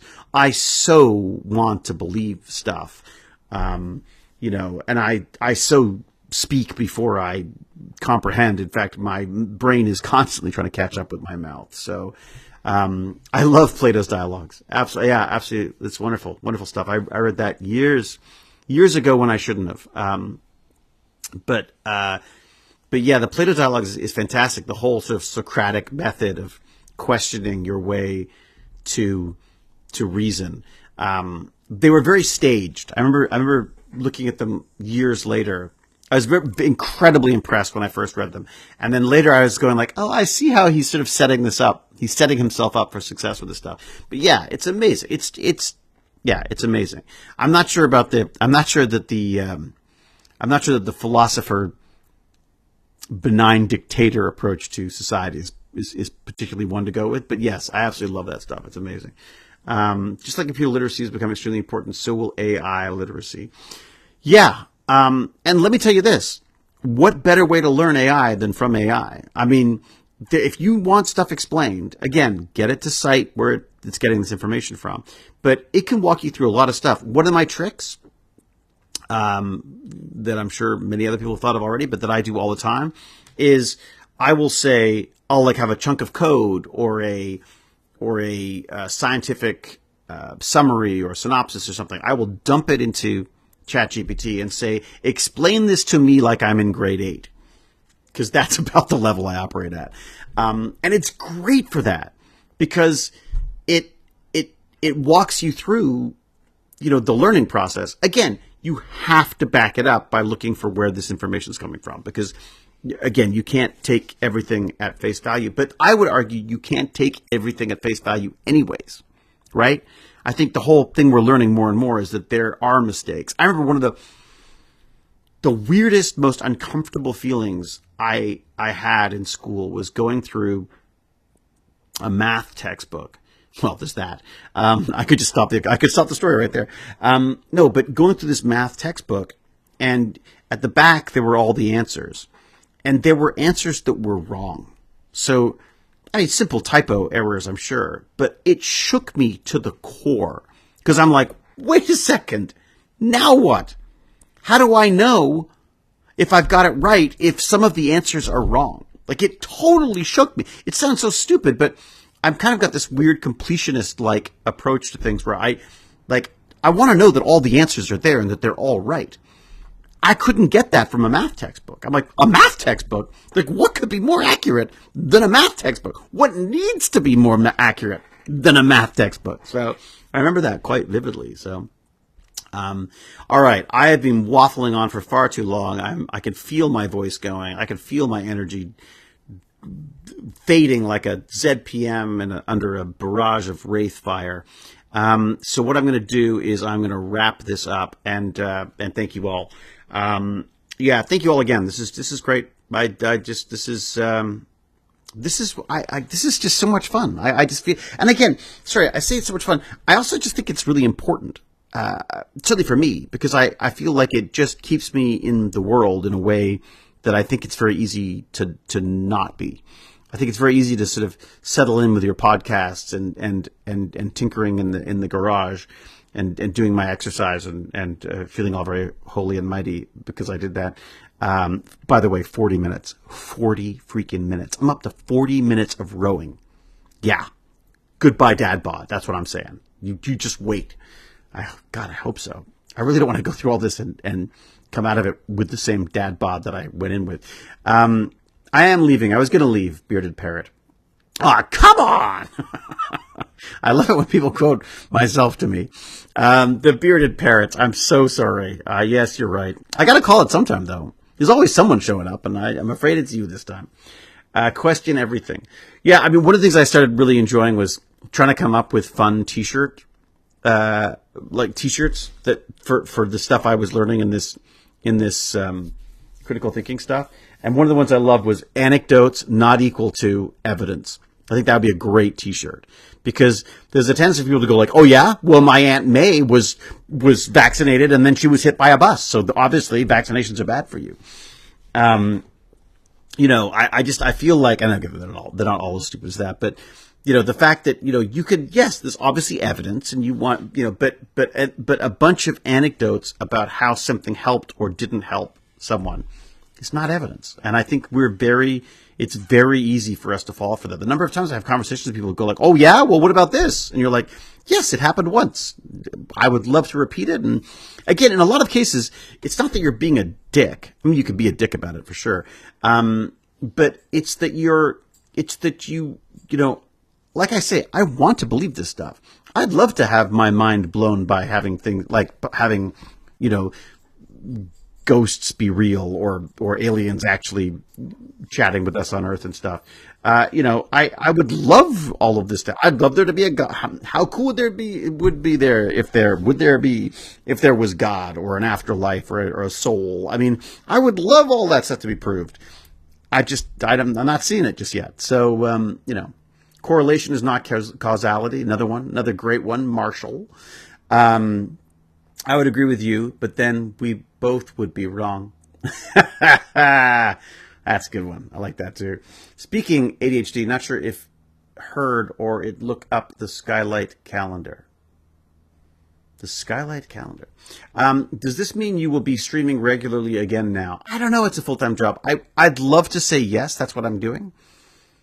I've spoken to my wife about it and said like maybe I need to like just schedule some time on like a daily basis just to do this and make this like do a proper push for this. I should stop talking to people and actually just start doing it probably. I should. I don't know. We can hope. Thank you, Kim and Kim. It certainly helps when everyone shows up. It would also help if you buy a T-shirt. So go to, do I have it? I wonder if I've got it. Do I have it here? Let's see if I can actually make this happen. I think I have a link for you. I can give you a link to the shop. I'm going to give you a link to the shop because I'm going to be shameless in every way. Here I go. I'm going to send you both to so this is going to take you to my website, which really needs to be updated. Maybe remind me about that. If you want to tease me mercilessly, that would be a good thing. So this is my website and this is the shop link on my website. So please, if you do fancy any of those things, go ahead. And maybe start your Christmas shopping early if you've got some people who want them. These are just things that either tickle my fancy or, frankly, I just couldn't find. Like, I couldn't find good ZPM T-shirts, so I thought I'd make some. I couldn't find good, very McKay positive T-shirts, so I thought I'd better get some McKay positive T-shirts out there. And then, like I say, there's the organic intelligence, which is something that I just like to remind people that there's a lot of AI out there, but hey, organic intelligence is still got to pull the switch, right? And yeah, keep calm and let McKay fix it. That was the other one, another one that's out there. There's a bunch of stuff. Go check it out. This is fun. There's some sticky notes and stuff like that. And then this is the way to do it. You go like, or my dog won't eat. Za, hey, did you find any rats? Did you get the rats? What are you, camera shy all of a sudden? Oh my God, she's such a supermodel. She is. Sorry, I'm going to make everyone sick here. She is literally a dog running cat software. Like we found her the other day. We have this video. I'll see if Baz will let me post it. He came into my wife's study. My wife has this desk. It's a standing desk. Like you can stand, you can sit. It adjusts. IKEA. It's great. I highly recommend it. She's standing on the standing desk, looking out of the window and sitting on her keyboard. He only noticed it because he could hear the keyboard going because she's got her giant ass stuck on the keyboard. And anyways, so she's literally like she's a dog running cat software. And I love her for it. Camera shy, huzzah, indeed. For someone who wants to leave, I'm sure I suck at leaving. You obviously haven't watched a lot of these. If you're questioning my ability to leave a stream, I suck at leaving streams. The other thing I've got to figure out, and Cal and I have been talking about this a long time ago. I'm going to bring it up again now, Cal. Is this whole idea of the, maybe is there a little income for doing some of these like videos for people? For some reason I'm really resisting the whole whatever the website is. I can't remember the name of the website now, but the Cameo. For some reason I'm resisting Cameo. I don't like this sort of. I don't like being. I feel like I'm in a catalog of actors and celebrities, and you sort of scroll through and what about that? Let's get one of those. It just feels creepy to me. Whereas I thought maybe there's something we could do ourselves here that could. I don't know that, but I mean, Cal will probably tell me just to go and do the stupid thing because it's, makes more sense. See, it's not, no, I'm not blaming you, Cal. I'm blaming me. It's been an awfully long time, David. It has been a long time. It's true. We time David's leaving attempts in hours, not minutes. Damn right, Nixie Geek. Go and do the stupid thing. What? Go and do the stupid thing? Like literally go and do Cameo, you think, Cal? Do it on your website then. The problem is what kind of an infrastructure you need to build for that, because there has to be a way for me to get in and get out, for me not to be personally dealing with everybody, because no offense, it only takes a couple of people to screw it up for everyone else. This is like a couple of people being a jerk or being difficult or weird or whatever, and I'm out. Like I know what I'm like. But the Cameo thing, I don't know, and they take a big chunk, and then my manager's talking about they want a piece of it as well, and I'm just like, it just feels like, what the hell? Like I just want to, like, what's so funny is up until now I've just sent videos to people who want videos. Like that's just what I've done. I'd love a personalized message from you. See, there you go. See, I don't know. Do it on OnlyFans. Does that work? Talk to Trisha Helfer. Does Trisha Helfer do it? That'd be interesting. I mean, I'd love to talk to someone else who's doing it and seeing what they think about it. Yeah. Cal's ready to do. Cal is outraged already. So what you're saying is that you'd rather be in a catalog with one option than, yeah, I stand a better chance at that, Hallcrom Library Fox. A catalog of one is way better than a catalog of, no, but it just feels weird to me. It feels weirdly commoditized, not and impersonal. But that said, maybe that's what people want. Maybe that is what people want. I'm just old and out of touch. Anyways, things to think about. I'm not sure what I'm going to do. Paul McGillian's on Cameo. I've had 2 from him. Really? And how does it work? Much better option for yourself than Cameo. Do OnlyFans. But Nixie Geek, how does OnlyFans work? I thought that was just for like, if I took my clothes off or just showed you my feet and stuff. You will hate it. And it'll be another thing to keep up on. Why take on something you don't want to do? Money. And income, it's just part of it. Caning, a dog with cat software. It's a cat dog, so a cathode. Ooh. Trust on YouTube chat 5 minutes ago. I'm sorry. Oh, if I missed it, I keep ignoring them. I keep forgetting there's another chat as well going, isn't there? It's very hard to keep track of all these chats. There's a question for you. People on, does Rachel do Cameo as well? Huh. Is he looking at me when he says jerk? Absolutely. That's right, Lance. I'm looking directly at you. Use Twitch. Yes. You're leaving dollars on the table, buddy. No son equals Hobson's choice. No son equals Hobson's choice. Yeah. That's true. No son's choice of Hewlett. You can any David you want as long as it is this day. What? I mean, you could also do dependent work on stuff like game mods. I'd love to do. Oh, and Flanagan does them as well. Interesting. Yeah, I mean, look, maybe. I guess it's something I don't know. I don't know why I'm so resistant to it. What is it about it? Yeah, I don't know what it is. It's just something doesn't feel right to me. I don't know, and I don't know what it is. I really don't. She said she did, but doesn't really like it anymore because some showed up at her. What? Say what? Wait a second. So Rachel does Cameo. Dr. Weir doesn't like it anymore because some fans showed up at her house. We had some people show up at our house, which was very odd because we were living in Point Roberts at the time, which is a very strange part of the world, hard to get to in some cases. Cameo is so expensive, though. It works. It feels like commoditized. Yeah, I mean, maybe that's what it is. Don't do it if it makes you uncomfortable, my dude. Yeah, thank you, Adam. No, it's true, and I'm not. That's why I'm not doing it, right? But there's also, I guess there's a part of me also that thinks like I don't want to need to. You know what I mean? Like there's a part of there's the actor in me who goes like, well, I shouldn't have to do this to earn a living. But maybe I do. I mean, maybe that's just part of being an actor now. I mean, it's very strange time for the film and TV industry right now. I'm really hoping that we're in sort of we're a little bit of PTSD post the strike and COVID and AI and everything. I feel like the industry is really in a weird space right now.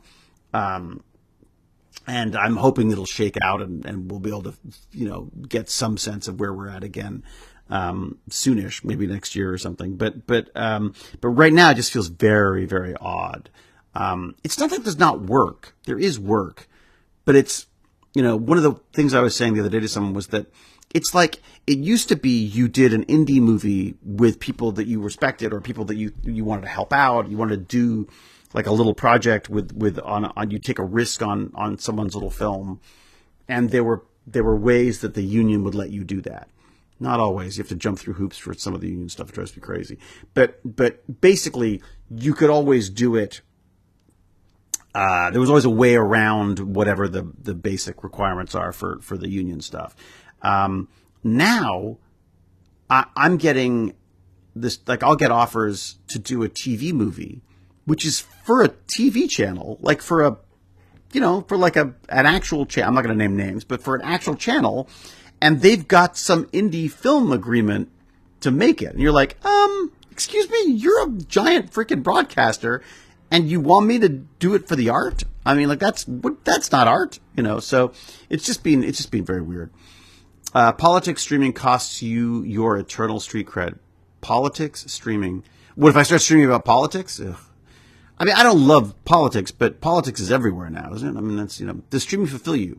Would you ever consider branching out as a politics or gaming streamer?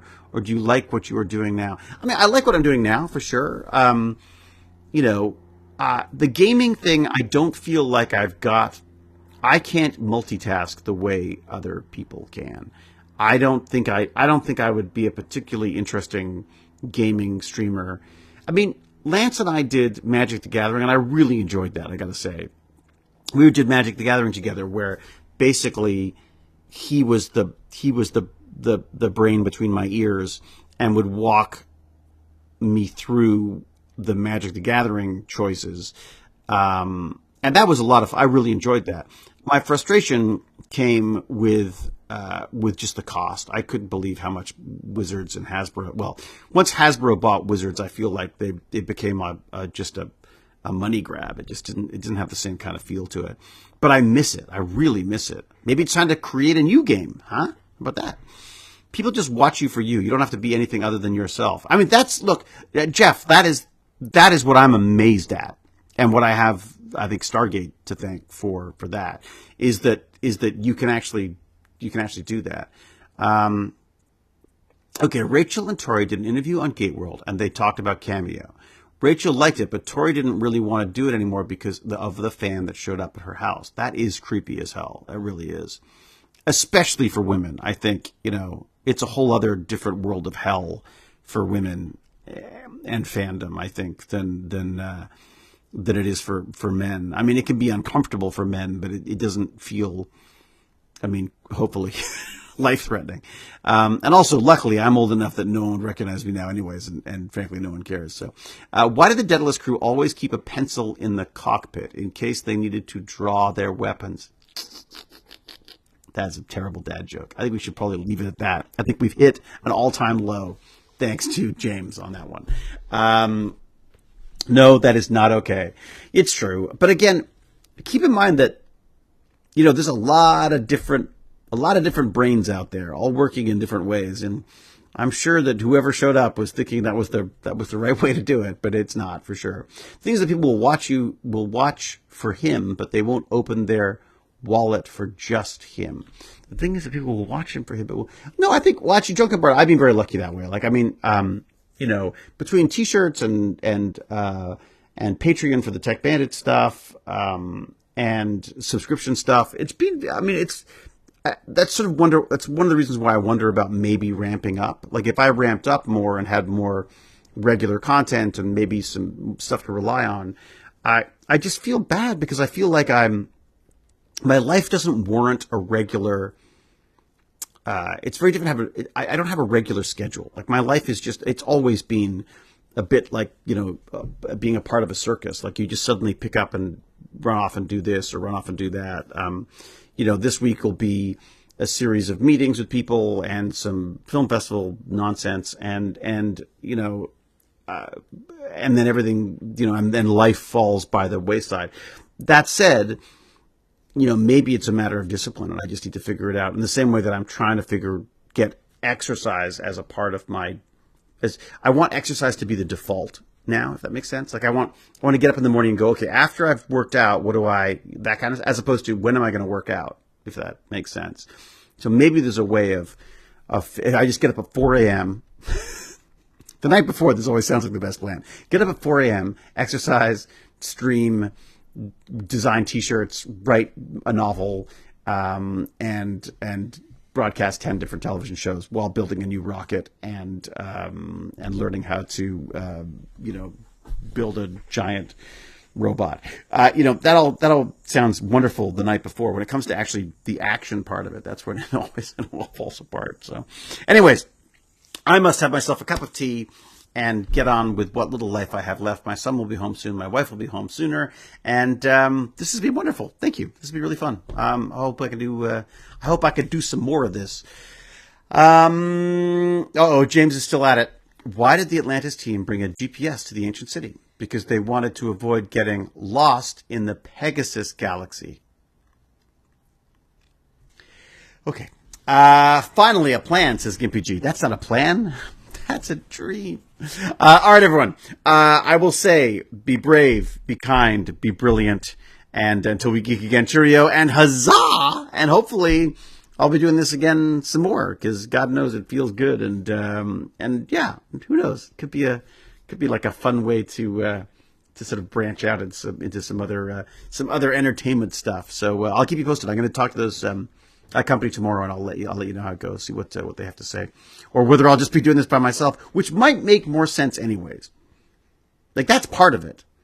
Is, I talk to people about making stuff, then I go like, shouldn't I just do that on my own? But maybe that's I don't know. We'll see. All right. Bless you too, Torres. William, thank you very much. You too. Goodbye, everyone. Kining, Adam, everyone. Gippy G, have fun. As always, Cal, thank you. James, talk to you later. Signing off. Bye. End the stream, David. End it.